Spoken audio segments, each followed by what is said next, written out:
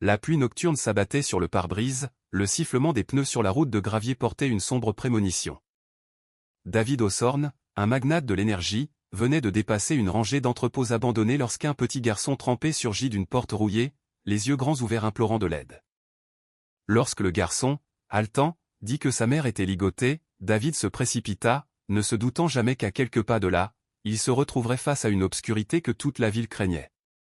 Cette nuit-là, la pluie tombait à verse, chaque goutte lourde claquant contre la vitre et brouillant la route défoncée et jonchée de pierres menant au quartier d'entrepôts désaffectés, au nord de Portland.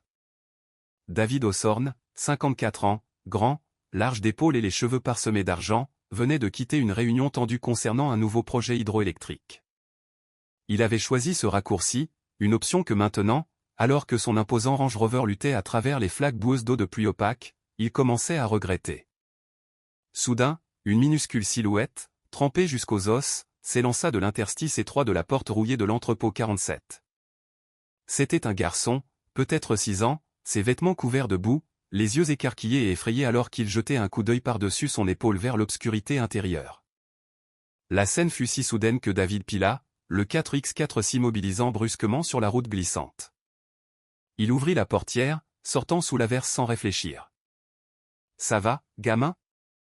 appela David, sa voix s'élevant au-dessus de la pluie et du sifflement du vent. Le garçon, David apprendrait plus tard qu'il s'appelait Ethan, haletait, ses lèvres bleuies par le froid et la peur. Son petit bras trembla alors qu'il montrait le noir béant de la porte de l'entrepôt. Ma maman. Elle est ligotée. Plus de mots, plus d'hésitation. David verrouilla le 4x4, activa l'application lampe de poche sur son téléphone et suivit Ethan à travers une parcelle de béton taché d'huile vers l'entrepôt 47. La porte en tôle ondulée gémit et grinça alors que David la forçait à s'ouvrir. Une vague de moisissure, d'essence éventée et de poussière le frappa de plein fouet. À l'intérieur, un seul vieux néon clignotait de manière erratique, projetant une lumière jaune maladive qui allait et venait. David balaya le sol du regard, un mégot de cigarette encore fumant, une bouteille d'eau en plastique à moitié vide, des morceaux de corde en nylon éparpillés sur le sol, des signes que quelqu'un était passé par là et était parti précipitamment. Le faisceau de sa lampe de poche coupa dans le coin le plus éloigné. Une silhouette gisait recroquevillée. David estima qu'elle avait la trentaine, Claire Holt. Elle était sur le côté, les poignets et les chevilles fermement ligotés avec une corde grossière. Sa robe bleue était déchirée, et une tache de sang sombre et humide s'étalait sous sa jambe. Il tomba à genoux, sortit son couteau pliant de sa poche et trancha les cordes. Ethan était juste derrière lui, la petite main glacée du garçon agrippant sa jambe de pantalon. David vérifia son pouls, cherchant tout signe qu'elle était consciente. Ses yeux se sont ouverts faiblement, puis se sont refermés. Pour arrêter l'hémorragie sur sa jambe, David s'apprêtait à soulever sa robe, juste assez pour voir la blessure. Mais Ethan, agissant par instinct, s'interposa soudainement entre eux, sa petite voix brisée par la peur et une sorte de honte brute, protectrice envers sa mère. « S'il vous plaît, ne soulevez pas la robe de ma maman. » David se figea. Il regarda droit dans les yeux paniqués d'Ethan et dit calmement « Je veux juste l'aider. » Leurs regards se croisèrent, une compréhension silencieuse passa entre eux. Le garçon recula d'un demi-pas mais resta planté là, gardant. David souleva l'ourlet avec précaution, juste assez pour voir ce qu'il fallait, et là, son estomac se noua. Sur le haut de la cuisse, rouge et cloquée sur les bords, se trouvait une marque au fer rouge. Les lettres étaient inconfondables, propriété DER. Callaway. Le visage de David se durcit. Richard Callaway. Le nom seul était une ombre, le tristement célèbre baron de l'immobilier et du bois, la corruption, les combines en coulisses, les liens avec le crime organisé toujours chuchotés, jamais prononcés trop fort. Les yeux de Claire se rouvrirent à peine, ses lèvres pâles et tremblantes. « Claire Holt » murmura-t-elle, avant de retomber dans l'inconscience. Un souvenir frappa David de plein fouet, Laura, sa propre sœur, ses yeux désespérés. Cette nuit-là, elle avait frappé à sa porte pour demander de l'aide. Cette nuit-là, il avait hésité. Cette nuit-là, il était arrivé trop tard. Pas cette fois. David souleva Claire dans ses bras, prit la petite main glacée d'Ethan dans sa main libre et les conduisit tous deux sous la pluie battante. Ils se hâtèrent vers le Range Rover. Alors que le 4x4 avançait, David aperçut dans le rétroviseur une camionnette blanche, sans plaque, glissant vers les entrepôts, se déplaçant avec la prudence lente d'un prédateur. Puis, dans le doux ronronnement de l'habitacle, un son attira son regard vers le bas. Sur le plancher se trouvait un téléphone, inconnu, probablement tombé de la poche de Claire lorsqu'il l'avait soulevé. L'écran s'illumina d'un nouveau SMS, seulement 3 mots, aussi tranchants et froids qu'une lame. « C'est fait, Kirk ?» D'un numéro inconnu. Le 4X4 freina brusquement devant la West End Clinic, ses phares inondant l'enseigne en laiton usé. David sortit Claire du véhicule avec une stabilité prudente, Ethan s'accrochant fermement à sa jambe. Maria Gonzalez, une femme d'âge mûr aux cheveux noirs sagement attachés et au regard vif, les attendait déjà aux portes. C'était une médecin privée à qui David faisait implicitement confiance, quelqu'un qui gardait tout secret et opérait entièrement en dehors du système. « Vite, à l'intérieur !» claqua Maria, faisant signe à une infirmière de faire rouler un brancard. Ce qui suivit se déroula rapidement, dans un silence lourd de tension. Maria et l'infirmière travaillaient en synchronisation parfaite, déplaçant Claire dans la salle d'intervention. Dans la salle d'attente, le temps s'étira comme des siècles. David tenta de calmer Ethan, qui était recroquevillé sur une chaise, les yeux toujours écarquillés par la peur. David lui tendit une tasse d'eau chaude, une serviette sèche et un sweat à capuche de rechange de la clinique, juste à la bonne taille pour cacher la saleté sur les vêtements du garçon. « Tu vas bien, Ethan ?» demanda David, sa voix basse et posée. Ethan acquiesça d'un petit signe de tête, ses mains tremblant encore en prenant le sweat à capuche. De la salle d'intervention, Maria émergea, enlevant ses gants. Elle n'était pas en très bonne forme à son arrivée, mais elle va mieux maintenant. « Comptez-vous appeler le 911, David ?» David hésita. La question de Maria résonnait dans son esprit, mais en même temps, une profonde lassitude le saisit. Richard Callaway, un homme assez influent pour s'infiltrer dans n'importe quel recoin du système. Si la police était impliquée maintenant, qui pourrait garantir que l'information ne fuirait pas? Qui pourrait promettre que Claire et Ethan seraient en sécurité? Non, dit David finalement, son ton ferme. Pas encore. Je dois m'assurer qu'elle est en sécurité avant d'impliquer qui que ce soit d'autre. Il marqua une pause, puis ajouta, pouvez-vous photographier ces blessures, les crypter et les envoyer à un contact médical de confiance, afin que nous ayons un enregistrement horodaté? Maria acquiesça, comprenant. Bien sûr. Un coup soudain à la porte d'entrée fit sursauter David et Maria. Le son résonna dans le silence de la clinique, chargeant l'air d'une tension immédiate. David fut debout en un clin d'œil, les yeux fixés sur l'entrée vitrée. Maria regarda par l'entrebâillement et expira. Juste un livreur. Probablement un colis envoyé à la mauvaise adresse. Dehors se tenait un coursier en uniforme, tenant une boîte en carton. Il frappa de nouveau, cette fois avec un soupçon d'irritation. Maria ouvrit la porte, prit la boîte et la refusa. La tension dans la salle d'attente s'apaisa, mais seulement un instant. De retour à sa place à côté d'Ethan, David encouragea le garçon à siroter du lait chocolaté. Ethan tremblait encore lorsque David écarta une mèche de cheveux humides du front du garçon. Ses yeux s'arrêtèrent sur une légère ecchymose autour du poignet d'Ethan. Cette vue, et le regard effrayé du garçon, le ramena à une autre nuit, Laura, sa sœur. Elle était venue à sa porte pour demander à rester. Elle lui avait parlé des ecchymoses, des menaces. Il avait dit, demain, je t'emmènerai à la police. Le lendemain matin, elle était morte. Officiellement, un accident dans les escaliers. Un vœu silencieux monta dans l'esprit de David, pas encore. Plus jamais. De la salle d'intervention vint du mouvement. Claire était maintenant éveillée. Ses yeux s'ouvrirent, balayant la pièce avec confusion avant de se poser sur David. Sa voix était rauque, à peine audible. Merci. Elle raconta son histoire par fragments hésitants, assez pour que David saisisse le danger. Claire travaillait pour un cabinet de conseil foncier et était tombée sur des dossiers falsifiés liés à Richard Callaway, la preuve qu'il truquait le marché. Elle en avait fait une copie et l'avait enfermé dans un coffre-fort à Seattle 3 semaines auparavant. Elle avait été enlevée par Travis Cole et Derek Voss, 2 des hommes de main de Callaway, qui la pressaient de révéler où la preuve était cachée. Elle jeta un coup d'œil à Ethan, baissant la voix. Une terreur brute dans ses yeux, ils ont dit que ce serait pire si j'en parlais à qui que ce soit. David acquiesça. Je comprends. Je vous emmènerai, vous et votre garçon, à Seattle pour récupérer ses fichiers. Maria intervint, saisissant la fin de l'échange. Claire a besoin d'une surveillance étroite, David. Un long voyage n'est pas judicieux en ce moment. Je vais vous préparer une trousse médicale de terrain, bandage compressif, antibiotiques, et si sa température dépasse 38,3 degrés Celsius, vous revenez ici immédiatement. Elle avait à peine terminé que la sonnette arrière retentit. L'infirmière alla vérifier.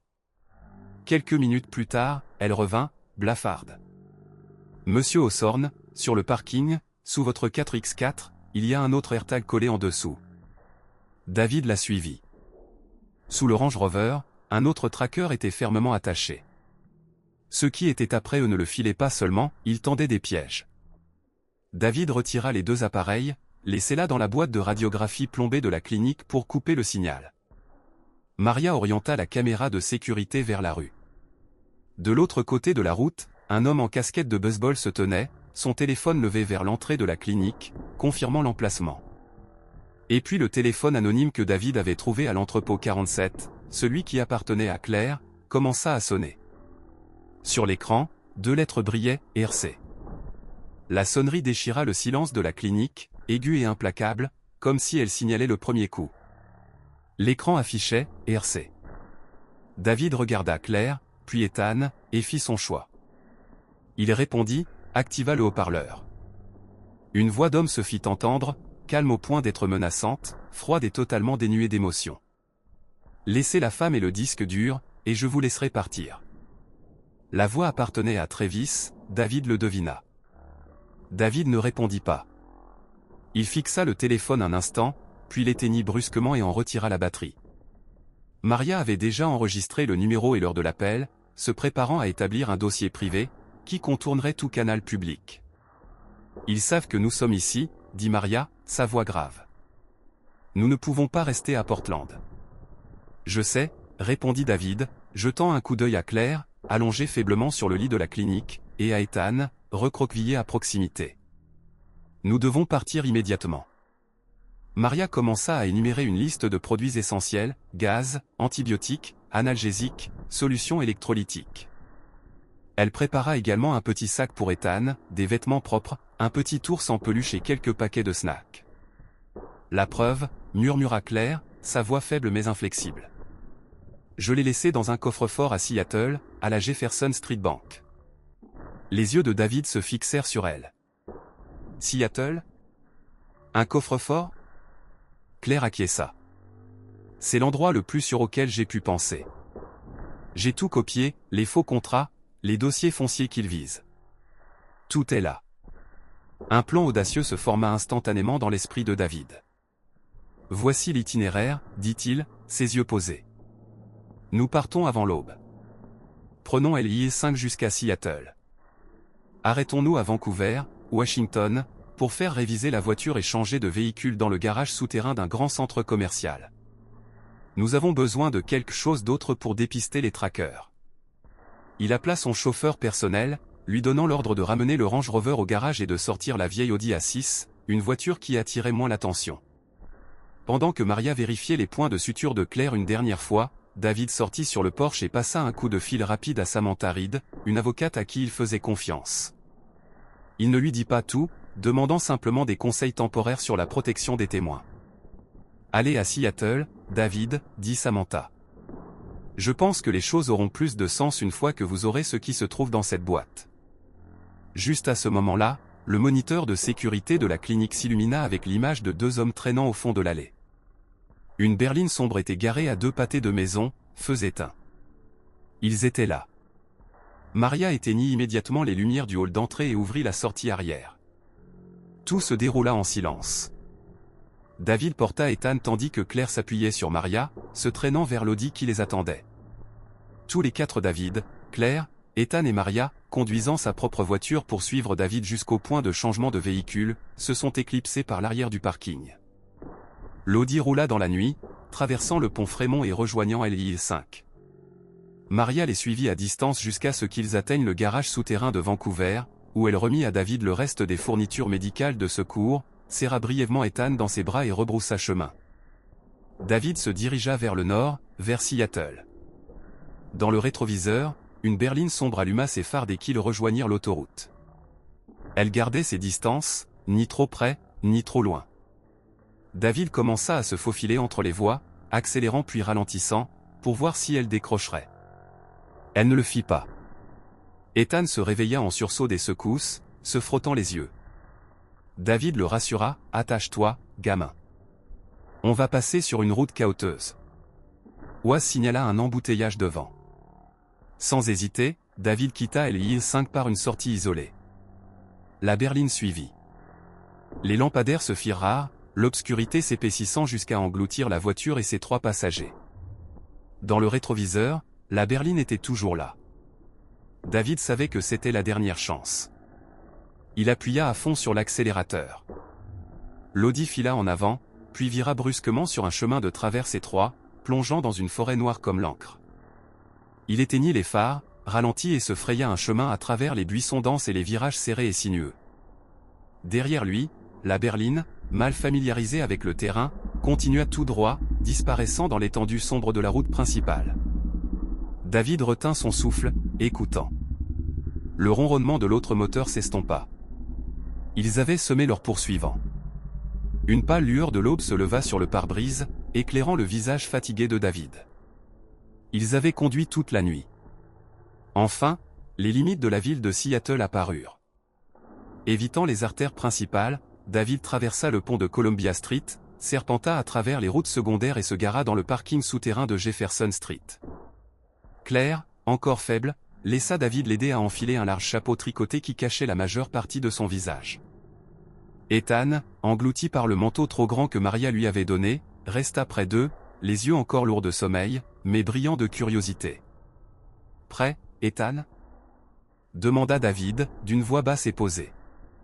Le garçon acquiesça, serrant la main de David. Ils entrèrent dans la Jefferson Street Bank, un vieil édifice imposant en pierre grise et aux solides colonnes. À l'intérieur, le holo au plafond était presque vide à cette heure. Claire s'approcha du comptoir, remettant ses documents avec un soin délibéré. La guichetière l'étudia un instant, puis acquiesça et les conduisit dans une petite pièce tapissée de rangées de coffres-forts. Le clic métallique de la serrure résonna, sec et froid, dans l'espace clos. Les mains de Claire tremblèrent alors qu'elle remettait sa clé. L'employé ouvrit la lourde porte en acier. À l'intérieur se trouvait une simple boîte métallique, immobile. Claire y tendit la main et en retira 3 objets, d'abord, un disque dur portable, soigneusement scellé dans un étui anti-choc, ensuite, une épaisse pile de dossiers des contrats originaux avec des signatures authentiques et des sceaux rouges vifs détaillant des transactions louches, des accords fonciers illégaux et des projets de développement fantômes, et troisièmement, un petit carnet relié en cuir, usé par le temps. Claire l'ouvrit, ses doigts effleurant chaque page. David y jeta un coup d'œil, et ses yeux se figèrent. À l'intérieur se trouvaient 27 noms, écrits d'une petite écriture mais précise, des hauts fonctionnaires, des officiers de police supérieure, des personnalités du monde des affaires bien connues, tous liés à Callaway, avec des numéros et des dates spécifiques méticuleusement notés à côté. « Ils ont pris plus de 20 000 acres, » murmura Claire, montrant une page dans la pile de fichiers. Sa voix était encore faible, mais elle portait une pointe de fureur. Et ils ne reculeront devant rien pour en obtenir davantage. Les yeux de David s'arrêtèrent sur un nom dans le carnet, Mark Reeves. Le rapport officiel avait parlé de suicide. L'expression de David s'assombrit. Il se souvenait d'avoir lu sur cette affaire un jeune homme d'affaires prometteur qui avait subitement mis fin à ses jours dans des circonstances mystérieuses. Maintenant, les pièces commençaient à s'assembler. « Nous devons confier cela à quelqu'un de confiance immédiatement, » dit David, sa voix ferme. Il appela Samantha Reed, organisant une réunion discrète à Portland. « N'envoyez rien par voie électronique, David, » avertit Samantha. « Le réseau de Callaway peut tout intercepter. » Alors qu'il quittait la banque, passant devant un bâtiment aux vitres réfléchissantes de l'autre côté de la rue, David s'arrêta net. Dans le miroir flou de la façade, il vit une berline sombre, la même qui les avait suivis depuis Portland, garée à 2 pâtés de maison. Les doigts de Claire se posèrent légèrement sur son bras. L'homme de l'autre côté de la rue. David suivit son regard. Un homme en veste sombre et casquette de baseball se tenait sur le trottoir d'en face, le téléphone levé comme s'il prenait des photos. Il ne se cachait pas, son ouverture était inquiétante. Ethan, toujours agrippé à la main de David, murmura soudain, sa petite voix douce, mais qui traversa David comme un éclair, « Je l'ai vu à l'entrepôt quand ils ont fait mal à maman. » David conduisit Claire et Ethan au 3e étage où l'Audi était garé. Le garage était si silencieux que chaque pas résonnait contre le béton. Une faible lumière fluorescente se répandait par taches diffuses, projetant des ombres inégales. Chaque pas semblait être une épreuve pour les nerfs, chaque petit bruit serrait le pouls de David. Lorsqu'ils approchèrent de la voiture, un frisson parcourut l'échine de David. La porte arrière était entr'ouverte. Soudain, une grande silhouette vêtue d'un manteau noir sortit du siège arrière, Travis Cole, le nom que Claire avait mentionné. Son visage était inexpressif, ses yeux perçants comme une lame. Derrière eux, une autre silhouette émergea, bloquant la sortie, Derek Voss, l'autre homme de l'histoire de Claire, aux épaules larges, avec un regard dur et méchant. « Ça se termine ici. Vous avez mis votre nez là où il ne faut pas assez longtemps, vieil homme, » dit Travis, sa voix calme au point d'être menaçante, ses yeux moqueurs. Sans hésitation, David poussa Ethan vers Claire. « Montez dans la voiture !» aboya-t-il. Il sortit son trousseau de clés de sa poche, non pas pour déverrouiller la voiture, mais pour en faire une arme rudimentaire. D'un mouvement rapide, il passa le bord des clés sur le visage de Travis. Une marque rouge barra sa joue. Travis recula en titubant, se tenant le visage, la rage déformant ses traits. David profita du moment pour pivoter, essayant de le dépasser, mais Derek fut plus rapide. Il sortit une matraque paralysante, le crépitement de l'électricité sifflant dans l'air immobile. Claire, la panique s'emparant de sa poitrine, aperçut un extincteur rouge fixé à proximité. Sans réfléchir, elle s'en empara et projeta un nuage de poudre blanche sur le visage de Derek. Il s'étouffa et toussa, ses yeux se fermant hermétiquement. Ethan, agissant par pur instinct, se laissa tomber et roula sous la voiture pour échapper au danger imminent. « Montez dans la voiture, maintenant !» cria de nouveau David, ouvrant brusquement la portière conducteur et poussant Claire et Ethan à l'intérieur. Il plongea sur le siège conducteur sans refermer sa propre porte, sa main se posant vivement sur le levier de vitesse. L'Audi recula en trombe, la porte ouverte frôlant Derek et le déséquilibrant, le projetant à terre. La voiture rugit hors de l'espace. Quelque part derrière eux, une alarme de sécurité commença à hurler, attirée par les cris et le bruit de ferraille. Travis et Derek, réalisant le changement de situation, se fondirent dans les ombres entre les rangées de véhicules garés.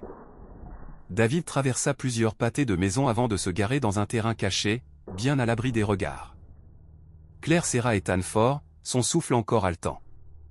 Tous deux tremblaient, les ecchymoses sur le corps de Claire la faisaient de nouveau souffrir. « Nous ne pouvons pas retourner à Portland maintenant, » dit David, sa voix calme mais empreinte de détermination. « C'est trop dangereux. Nous irons à Olympia. Nous y reposerons. Ce sera plus sûr, du moins pour l'instant. » À peine les mots avaient-ils quitté ses lèvres que le nouveau téléphone que David avait acheté à Seattle, celui qu'il n'utilisait que pour joindre Samantha et Alex, vibra dans sa poche. Un nouveau SMS, numéro inconnu. David l'ouvrit. Une seule ligne, « Je connais chacun de vos mouvements. Arrêtez d'essayer de devenir un héros. » La voiture roula jusqu'à un petit motel, niché à la périphérie d'Olympia, le soleil de fin d'après-midi déversant de l'or sur le toit en tuiles. Après les heures tendues à Seattle, cet endroit semblait être un refuge tranquille où ils pouvaient enfin reprendre leur souffle. David réserva 2 chambres communicantes, une pour Claire et Ethan, et une pour lui-même. Ethan, épuisé, s'endormit dès que sa tête toucha l'oreiller. Claire changea ses bandages, prit des analgésiques. Son visage était encore pâle, mais un infime soupçon d'espoir brillait dans ses yeux. Pendant que Claire se reposait, David passa quelques appels. Le premier fut à Samantha Reed. Il lui fit un bref compte-rendu de la confrontation dans le parking et du fait qu'il détenait maintenant la preuve. « Callaway sait déjà où vous êtes, » dit Samantha, sa voix tendue. « Il se rapproche. Le FBI est en action, mais cela prendra du temps. » Le suivant fut Alex, un journaliste. David savait que sa nouvelle était pire, Callaway a engagé une équipe de chasseurs d'hommes professionnels, David. Ils ont une liste de tous les motels le long de l'I et 5. Ils vous trouveront vite. Un frisson de terreur parcourut l'échine de David. Il jeta un coup d'œil à Ethan, dormant profondément, et à Claire, qui luttait encore pour récupérer. Callaway ne reculerait devant rien. Dans la chambre de Claire, David s'assit à côté de son lit. Elle était adossée au mur, s'efforçant de réguler sa respiration. Il savait qu'il était temps de tout lui dire, non pour gagner sa sympathie, mais pour renforcer leur détermination. « Claire, il y a quelque chose que tu dois savoir. Il y a des années, ma sœur elle s'appelait Laura. » Sa voix était basse, empreinte de douleur. Elle a été traitée brutalement par un ex-petit ami, un homme influent comme Callaway. Elle est venue me demander de l'aide, m'a supplié de l'aider à partir. Mais moi, j'ai hésité. Je me suis dit que je devais être prudent, planifier, que me précipiter ne ferait qu'aggraver les choses. Je lui ai dit que je l'aiderais, mais le matin, cette nuit-là, elle était partie. Ils ont dit que c'était un accident, une chute. Il s'arrêta, avalant difficilement. Le chagrin, même après 20 ans, brûlait encore comme si cela s'était passé la veille. J'ai eu une nuit de retard, et parce que j'ai hésité, j'ai perdu ma sœur. Avez-vous déjà vu quelqu'un se relever d'une telle perte? Claire écouta, son regard empreint d'une compréhension profonde et tranquille. Elle était aussi une victime, elle savait ce que c'était d'être coincée par des forces qui prospéraient dans l'ombre. Ils sont dangereux, continua David, sa voix maintenant posée. Ils ne s'arrêteront pas tant qu'ils n'auront pas obtenu ce qu'ils veulent, ou tant que tous ceux qui connaissent leurs secrets ne seront pas partis. Je ne laisserai pas mon erreur se reproduire. Je vous le promets. Juste à ce moment-là, un message de Maria illumina le téléphone de David. Les caméras de sécurité ont repéré quelque chose. Une berline sombre vient d'entrer dans la zone. Au même moment, le téléphone du motel sonna. David entendit la voix du réceptionniste alors qu'il répondait, parlant à une femme qui demandait à réserver une chambre sous un alias. Le nom correspondait à celui que Claire avait utilisé pour s'enregistrer. Il les avait trouvés, et il se rapprochait. Pas le temps de réfléchir. David réveilla immédiatement Ethan. Debout, gamin. Il faut y aller. Le garçon remua, se frottant les yeux. Juste 3 minutes, Ethan, dit David en faisant rapidement ses bagages, rangeant en sécurité les choses les plus importantes, le disque dur et le carnet en cuir. Il conduisit Claire et Ethan par la porte arrière, évitant le hall principal. Ils s'engouffrèrent dans l'étroit chemin de terre derrière le motel et rejoignirent l'autoroute. La voiture traversait la nuit. Dans le rétroviseur, David aperçut l'éclat des phares à une intersection proche, une berline réduisant l'écart sans hésitation. La distance entre eux n'était plus que de quelques centaines de mètres. Les phares de la berline sombre dans le rétroviseur ressemblaient aux yeux immobiles de la mort, se rapprochant. Elle ne gardait plus une distance stable, elle commença à avancer par à-coups, se rapprochant de leur pare-choc. David sentit son rythme cardiaque s'accélérer, mais sa prise sur le volant resta ferme. Ethan s'était rendormi sur le siège arrière, sa tête reposant sur l'épaule de Claire. « Accroche-toi », lui dit David. Puis il relâcha soudain l'accélérateur. La berline derrière eux ne put réagir à temps et fila en un clin d'œil. Dans cette fraction de seconde, David capta la plaque d'immatriculation dans le reflet de la caméra arrière embarquée, un ensemble de chiffres et de lettres claires et nettes, suffisant pour le retrouver. « Je l'ai », dit David, accélérant de nouveau pour maintenir la berline à une distance sûre. Maintenant, il est temps de les semer. Il quitta l'autoroute pour une aire de repos bondée. Des dizaines de camions et de voitures remplissaient le parking. David manœuvra l'Audi dans un espace reculé, hors de la vue de la berline. Il dit à Claire et Ethan de rester à l'intérieur et de verrouiller les portes. « Attendez ici », dit-il. « Je reviens tout de suite. » David sortit, marchant nonchalamment vers le dépanneur comme n'importe quel voyageur de passage. La berline sombre apparut quelques instants plus tard, se garant non loin. Travis et Derek en sortirent, leurs yeux balayant le parking. Alors que les deux hommes entraient dans le magasin, David se glissa à l'arrière de leur voiture. De sa poche, il sortit une minuscule micro-caméra magnétique qu'Alex lui avait donnée. Rapidement, il l'attacha sous la berline, la positionnant pour tout enregistrer. Puis quelque chose d'inattendu attira son regard. Dans le coffre, partiellement visible, se trouvait une pile de photographies imprimées. Sans hésiter, David ouvrit le coffre.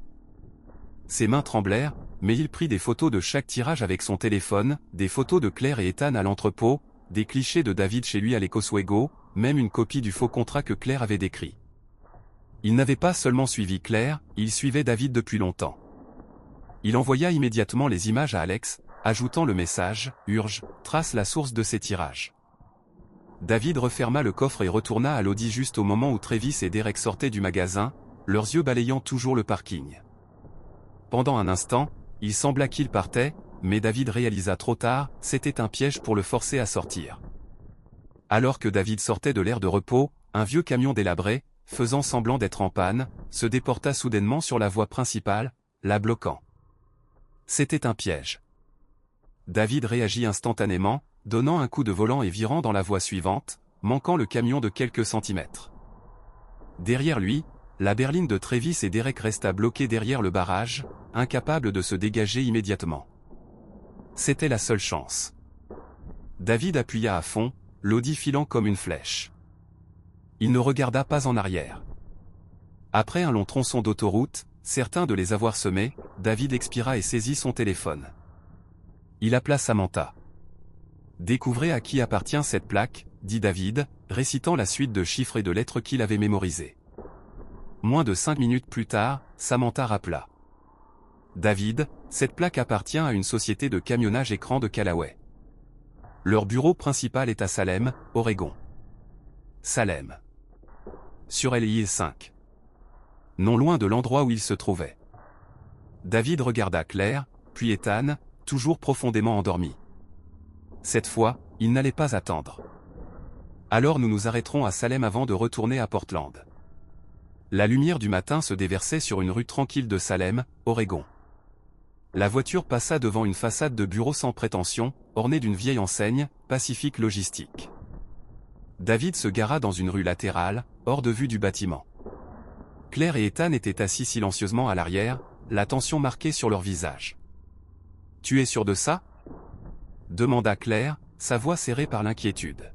« Nous avons besoin de ce qui est là-dedans, » répondit David sèchement. « Samantha nous rejoindra au coin. Nous resterons en contact avec elle. » Samantha Reed, l'avocate, était arrivée avant eux, sa voiture garée à quelques pâtés de maison. C'était la première fois qu'elle s'immisçait directement dans quelque chose de ce genre, mais la détermination de David et la gravité de l'affaire l'avaient poussé à agir. De l'extérieur, Pacific Logistique ressemblait à n'importe quelle autre entreprise de camionnage, quelques semi-remorques garées devant, la légère odeur de graisse dans l'air. Mais David remarqua quelque chose d'étrange, des caméras de sécurité couvrant chaque angle, bien plus qu'une entreprise de ce type n'en aurait besoin. Il sortit et descendit l'étroite allée le long du bâtiment. Dans le coffre de la berline de Travis et Derek, il avait eu la chance de trouver une petite carte magnétique. Il la glissa dans le lecteur de la porte latérale. Un léger bip, et la porte s'ouvrit. « Vas-y » murmura David. Claire resta postée à l'extérieur, balayant la rue dans toutes les directions.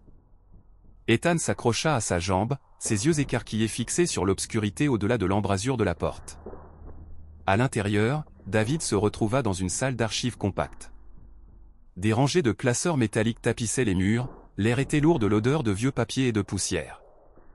Il commença à chercher méthodiquement. D'épais dossiers contenaient des cartes topographiques, des listes de clients qui n'étaient que des sociétés écrans, et des états financiers complexes. Tout était conçu pour dissimuler, mais David savait qu'il y avait des indices enfouis ici. Ses yeux se figèrent sur un dossier épais, bleu foncé, sur lequel étaient inscrits les mots « RC Private ». Il l'ouvrit. À l'intérieur se trouvait une pile de reçus de virements bancaires vers des dizaines de comptes bancaires différents, chacun citant des hauts fonctionnaires, des commandants de police, et même plusieurs juges. À côté se trouvaient des photographies de réunions secrètes, les visages d'hommes et de femmes puissants pris en flagrant délit d'avidité et de conspiration. David sentit la colère monter comme une chaleur dans sa poitrine. Ce n'était pas seulement une acquisition illégale de terre, c'était une toile tentaculaire de corruption, pourrissant profondément dans les rouages du gouvernement. Et puis il le vit, une petite clé USB étiquetée « R- Full Contract ». David la brancha sur la tablette qu'il portait. À l'intérieur se trouvaient tous les faux contrats et transactions frauduleuses que Claire avait décrits. Et avec eux, un fichier audio. David appuya sur lecture. La voix de Richard Callaway se fit entendre en premier, froide, autoritaire. Puis vinrent les voix de Travis et Derek. Ils discutaient de la manière de nettoyer Holt, de la forcer à révéler son secret, et de la manière de s'occuper d'elle, si elle refusait. Le rire moqueur de Travis, les menaces grondantes de Derek. Dehors, en sentinelle, Claire se figea au son. Elle avait déjà entendu cette voix, à l'intérieur de l'entrepôt quand il l'avait battue. « Ce sont eux » murmura-t-elle, le visage pâle. David arrêta la lecture. Ce n'était pas seulement une preuve écrite, c'était la preuve du complot lui-même, la preuve de leur brutalité. Juste à ce moment-là, un son vint de la porte du bureau principal, le déclic d'une serrure qui tourne. Quelqu'un entrait. « Allons-y » dit David calmement, prenant la clé USB et saisissant la main de Claire. Ils se glissèrent par la porte latérale, la refermant doucement derrière eux. David ne regarda pas en arrière. Il courut droit vers le coin où Samantha attendait. La voiture de Samantha Reed s'arrêta au moment exact où ils l'atteignirent. David ouvrit la porte arrière, poussa Claire et Ethan à l'intérieur, et sauta sur le siège passager. Samantha appuya sur l'accélérateur, la voiture se fondant dans la circulation. La lumière du soir déclinait, jetant une lueur rougeâtre sur les fenêtres du bureau de terrain temporaire du FBI à la périphérie de Portland. À l'intérieur, l'air était tendu comme une corde, imprégné de l'anticipation silencieuse d'une fin enfin à portée de main. David, Samantha, Alex et Claire étaient assis en face de l'agent spécial Karen Douglas, une femme aux cheveux soigneusement coupés et aux yeux vifs et expérimentés. Sur la table était posée la clé USB que David avait récupérée à Salem, ainsi que les photographies et les enregistrements audio, le tout soigneusement arrangé. Après avoir examiné chaque document et rejoué chaque extrait avec soin, Karen fit un signe de tête ferme. « C'est suffisant pour le faire tomber, » dit-elle, sa voix basse et certaine. Richard Callaway ne s'en tirera pas cette fois. Une vague de soulagement traversa la pièce, enfin, la justice avait une réelle chance. Le plan fut mis en mouvement rapidement. L'équipe du FBI se divisa en 3 unités pour encercler la propriété au bord du lac de Callaway. David monta avec Karen et un groupe d'agents d'élite. Ils connaissaient les habitudes de Callaway, chaque recoin du manoir qu'ils traitaient comme une forteresse. Claire et Ethan, après tout ce qu'ils avaient enduré, furent ramenés au quartier général par une agente du FBI, mis sous la protection de l'agence. Tout fut mis en mouvement rapidement pour atteindre la cible à temps. La nuit enveloppait la propriété au bord du lac, une légère brume s'élevant sur l'eau, donnant à la demeure d'un baron du crime un air étrange, presque spectral. Le vent murmurait à travers les arbres, se mêlant au pas silencieux des agents qui se rapprochaient. « En avant !» signala Karen. L'équipe du FBI pénétra dans la propriété avec une précision rodée. La porte d'entrée fut soufflée en quelques secondes. Des bottes lourdes résonnaient dans un manoir grandiose en apparence, mais glacial jusqu'aux os. Richard Callaway, pris totalement au dépourvu, était assis dans le salon, un verre de whisky à la main. Il n'eut pas le temps de réaliser ce qui se passait lorsqu'il vit l'équipe tactique affluer. Un éclair de panique transperça la colère dans ses yeux. Il saisit un pistolet sur la table basse et tira un seul coup à travers la fenêtre, se précipitant vers le quai privé derrière la propriété où l'attendait un hors-bord. Mais David avait anticipé le mouvement. Lui et un autre agent étaient déjà à la sortie. Callaway le vit, ses yeux brûlants de haine. Il leva l'arme, prêt à tirer. « Lâchez ça !» aboya un agent. Callaway n'obtempéra pas. Il appuya sur la gâchette. La balle effleura l'épaule de David. Presque au même instant, un autre agent tira, frappant directement la main armée de Callaway. Le pistolet s'échappa de sa prise. En quelques secondes, Callaway fut plaqué au sol, les poignets menottés. Pendant ce temps, dans le garage, Travis et Derek furent arrêtés. Là, les agents découvrirent un trésor de documents falsifiés supplémentaires, prouvant encore davantage leur crime. Alors que Callaway était ramené sur ses pieds, son visage déformé par la rage, il fixa David du regard, son regard perçant comme une lame. « Vous venez de signer votre propre arrêt de mort » siffla-t-il, sa voix dégoulinant de haine et de menace. David soutint son regard sans sourciller. « Non. J'ai signé le vôtre. » Karen Douglas s'avança à leur côté. Son visage portait encore de légères ecchymoses, mais ses yeux brillaient d'une détermination inébranlable. « Holt, Hawthorne, dit-elle, son ton ferme mais teinté de soulagement. Cette affaire est close.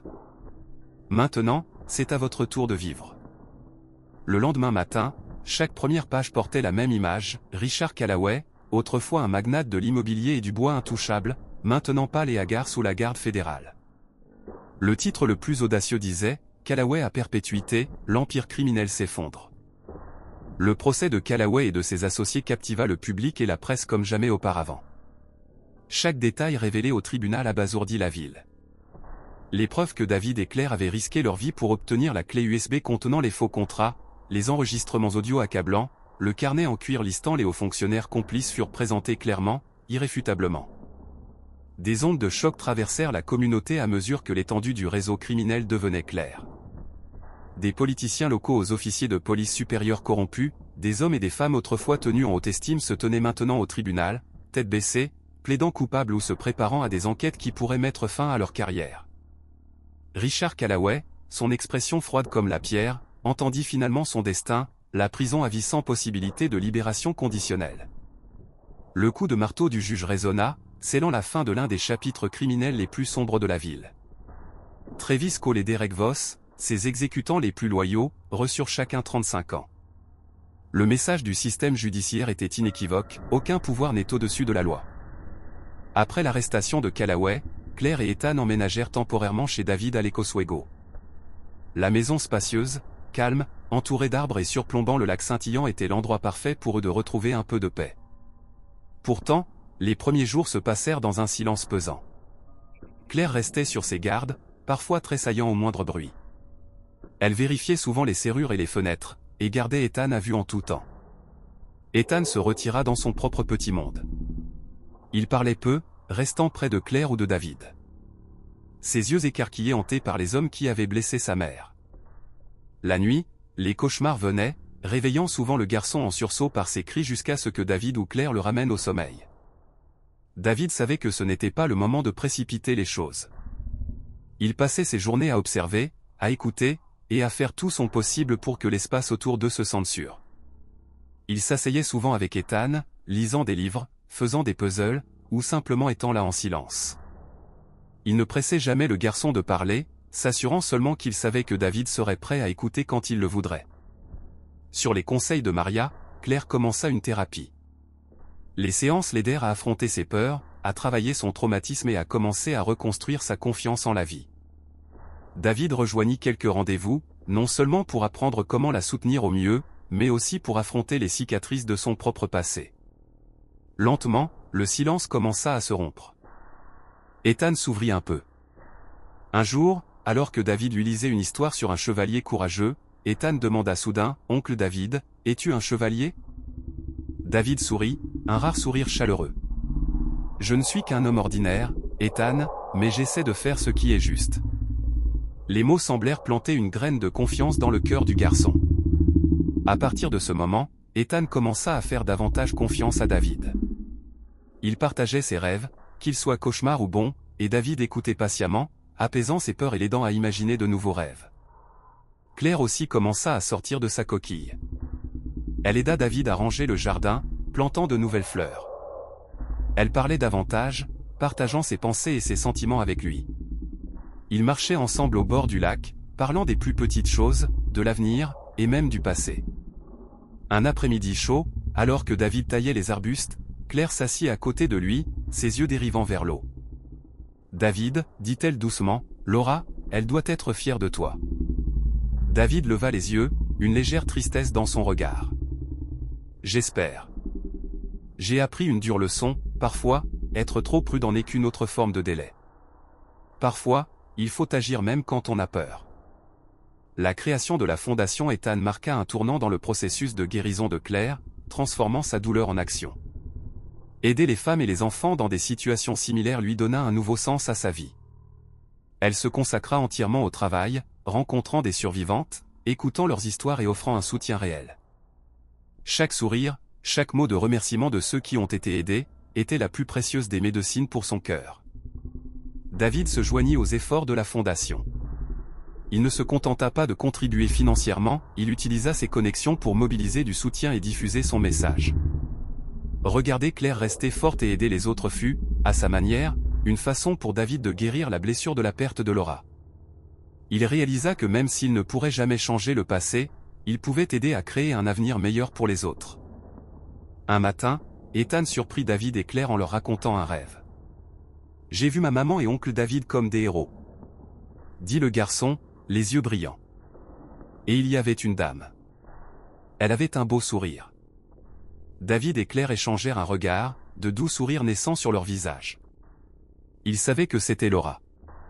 Elle n'était plus une ombre qui les hantait, mais une partie chaleureuse de leurs souvenirs, une source de force pour vivre plus pleinement.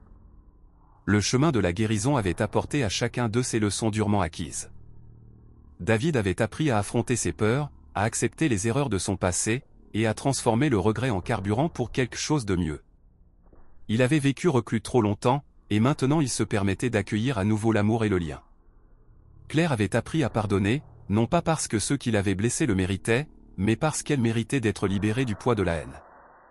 Elle a également appris à se pardonner sa peur, les moments où elle s'était sentie faible. Elle a fini par comprendre qu'elle avait toujours été une mère forte, se battant férocement pour son fils.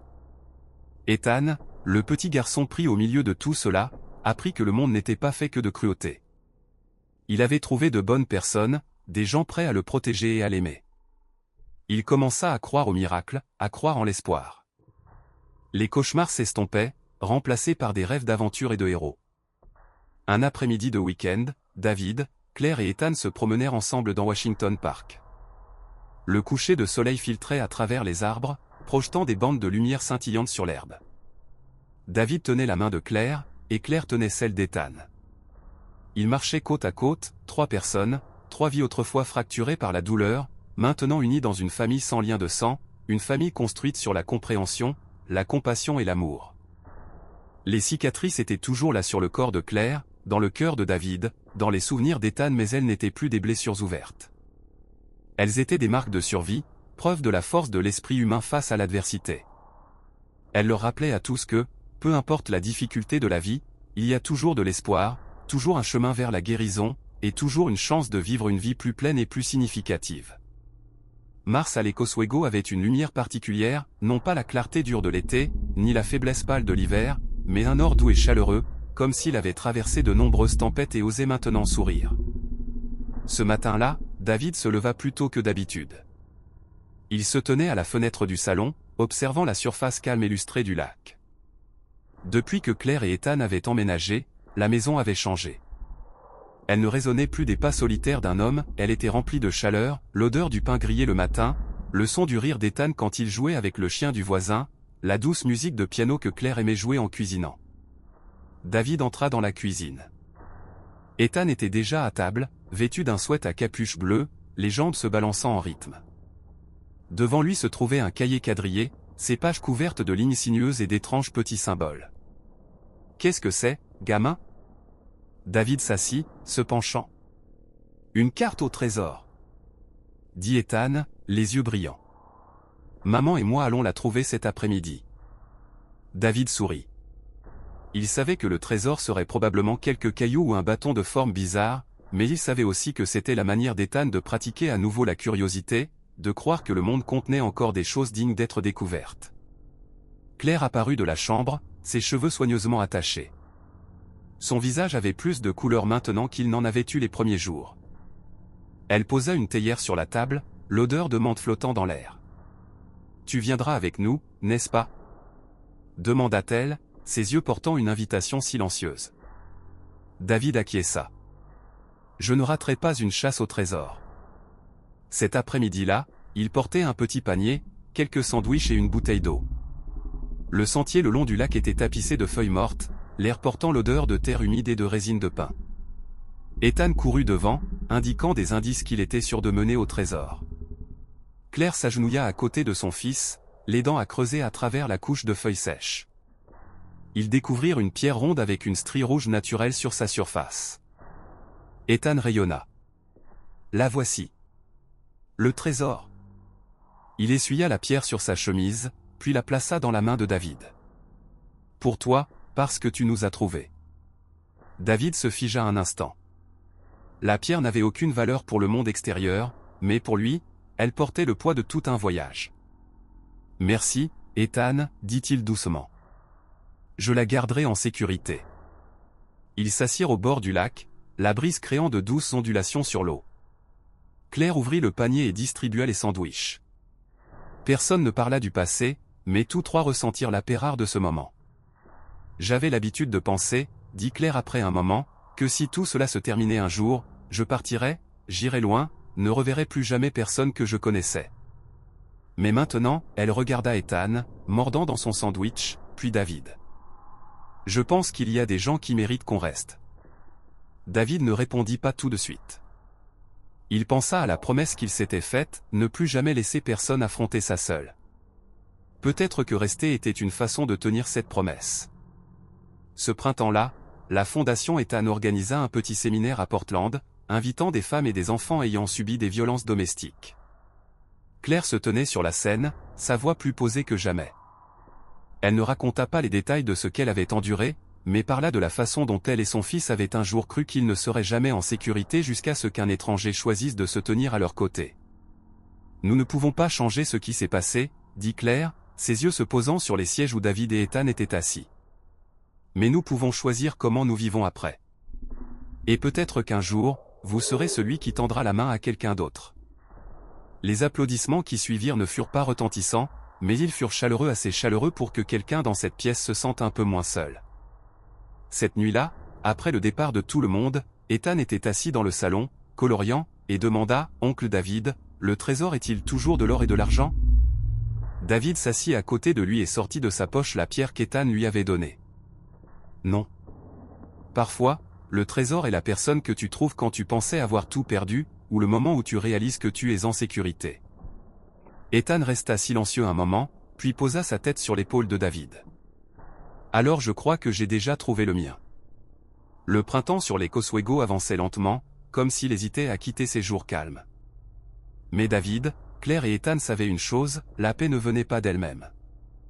Elle était le fruit de choix courageux, d'un pas en avant quand il aurait été plus facile de s'éloigner, et de savoir chérir chaque petit moment qu'il pensait autrefois ordinaire. Quand le soleil se couchait, sa lumière dorée se répandait sur le lac. David regarda les deux personnes à côté de lui, il savait qu'il n'avait plus besoin de chercher d'autres trésors, car le plus grand trésor, il l'avait déjà trouvé. Des années plus tard, l'été à Portland portait toujours cette lumière dorée et brillante du soleil, filtrant à travers de vieux arbres et se répandant sur la rue tranquille devant le centre de soutien aux victimes que dirigeait maintenant Ethan Holt. La vieille porte en bois s'ouvrit en grinçant, et un garçon d'environ 13 ans entra, de petite corpulence, les manches baissées pour cacher les ecchymoses sur ses poignets. Ethan, 25 ans, grand et posé, triait des papiers à la réception. Il leva les yeux, son regard rencontrant les yeux effrayés du garçon. Sans le presser, sans poser de questions, Ethan sortit simplement une chaise, versa une tasse de chocolat chaud et la posa devant lui. « Tu n'as rien à dire, » dit Ethan, sa voix calme et chaleureuse. « Sache juste que tu es en sécurité ici. » Le garçon resta silencieux pendant un long moment avant de lever les yeux. Dans ses yeux remplis de larmes, Ethan vit son propre reflet des années auparavant, cette nuit de pluie battante, sous la lueur d'une lumière mourante dans l'entrepôt 47, quand un étranger l'avait sorti de l'obscurité.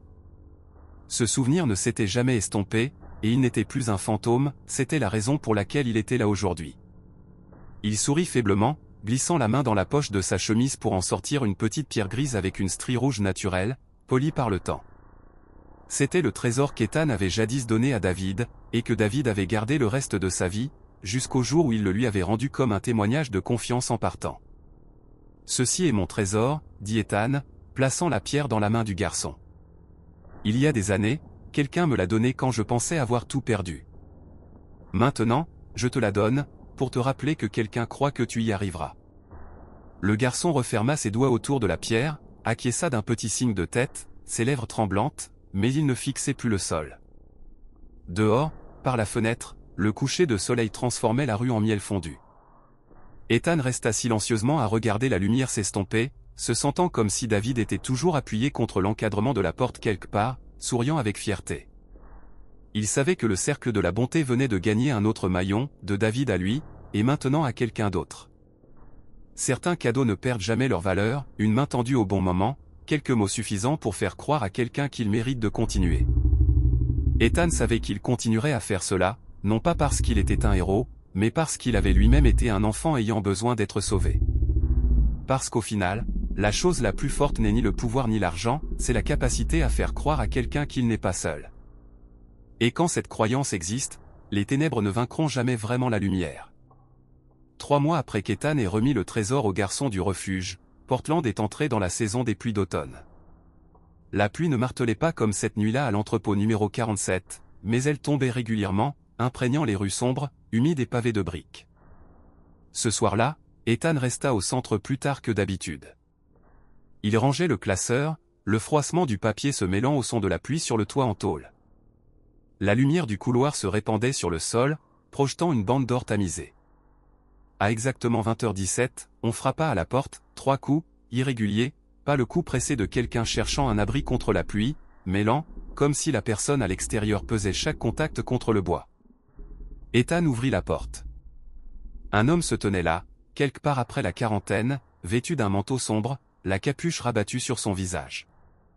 Sous la lumière, il semblait avoir marché longtemps, chaussures trempées, souffle fumant dans l'air frais.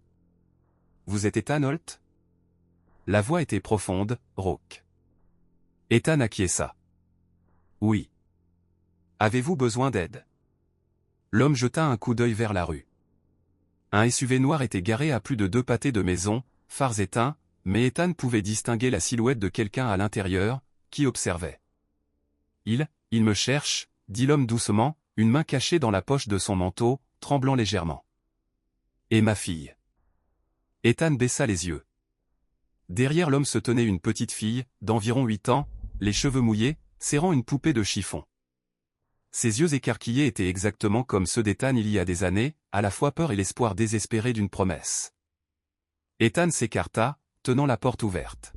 « Entrez. » Alors que la porte se refermait, il réalisa que son rythme cardiaque s'était accéléré, non par peur, mais parce qu'il savait que le cercle était sur le point de se refermer avec un maillon supplémentaire. Dehors, le SUV noir restait immobile, mais Ethan gardait les yeux fixés sur l'homme et la fille devant lui. Il se souvint de ce que David lui avait dit une autre nuit pluvieuse, « Parfois, tu n'as pas le temps de réfléchir. Tu n'as qu'une seule chance. Soit tu avances, soit tu la laisses filer. » Ethan sortit son téléphone et tapa un court message à un numéro qu'il n'avait jamais supprimé, « Maria, j'ai besoin de ton aide. » L'histoire de David Osorn et Claire Holt n'est pas seulement le cheminement pour abattre un empire souterrain. C'est l'histoire d'un homme qui a un jour manqué l'occasion de sauver sa sœur, maintenant prêt à tout risquer pour ne jamais refaire la même erreur. Parfois, ce qui sauve la vie d'un enfant n'est ni l'argent ni les balles, mais quelqu'un d'assez patient pour écouter et d'assez courageux pour se tenir entre eux et le danger. Personne n'est prêt à marcher dans l'obscurité pour quelqu'un d'autre, mais ce qui compte n'est peut-être pas de savoir ce qui va arriver. C'est de trouver le courage d'avancer quand tout instinct vous dit que si vous ne le faites pas, il sera trop tard. Que pensez-vous du choix de David? Si vous étiez à sa place, vous seriez-vous détourné ou seriez-vous entré dans l'entrepôt 47? Et si vous ou quelqu'un que vous connaissez portait un secret trop lourd à partager, n'oubliez pas que personne ne devrait avoir à l'endurer seul. Je suis là, lisant chacun de vos mots, et j'écoute vraiment.